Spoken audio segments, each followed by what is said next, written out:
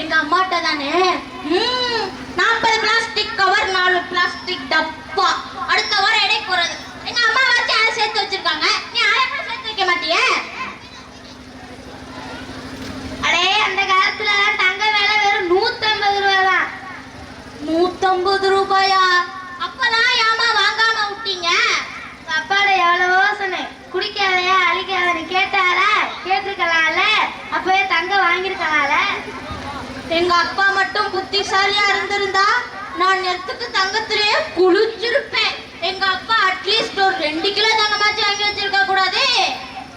வாழ்க்கையை என்ஜாய் பண்ணிட்டப்பா, அதனால எதுவும் நான் சேர்க்கல. என்ஜாய் பண்ணீங்களா? நாங்களாம் இங்க பிச்சை எடுத்துக்கிட்டு இருக்கோம்ப்பா.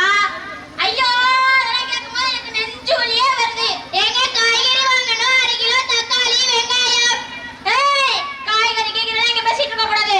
தங்கம் எங்கேயோ போய்கிட்டு இருக்கு தக்காளி வெங்காயம். என்னோட அப்பா தாத்தா நான் கிடையாது. நான் பணத்தை சேவ் பண்ண போறேன். ஒரு காலத்துல சேவ் பண்ண போறேன். பெரிய பணக்காரனா போறேன். என் பையன் என் பேர் எனக்கு பேர் எல்லாருப்பா. நம்ம தாத்தா எவ்வளவு பெரிய ஆளு அப்படின்னு நினைச்சு ஒரு வாயையும் சாப்பிடணும். என்ன பண்ற? ஆன்லைன்ல ஆர்டர். ஆன்லைன்ல இங்க கிடையாது.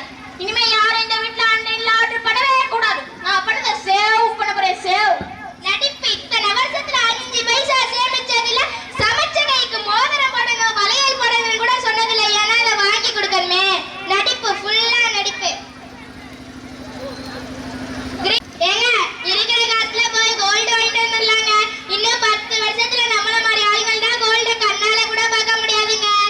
சொன்னா புரிஞ்சுக்கோங்க. சரி நீ ரொம்ப நல்லா கேட்டுக்கிட்டு இருக்க, வா போய் வாங்கிட்டு வந்துருவான்.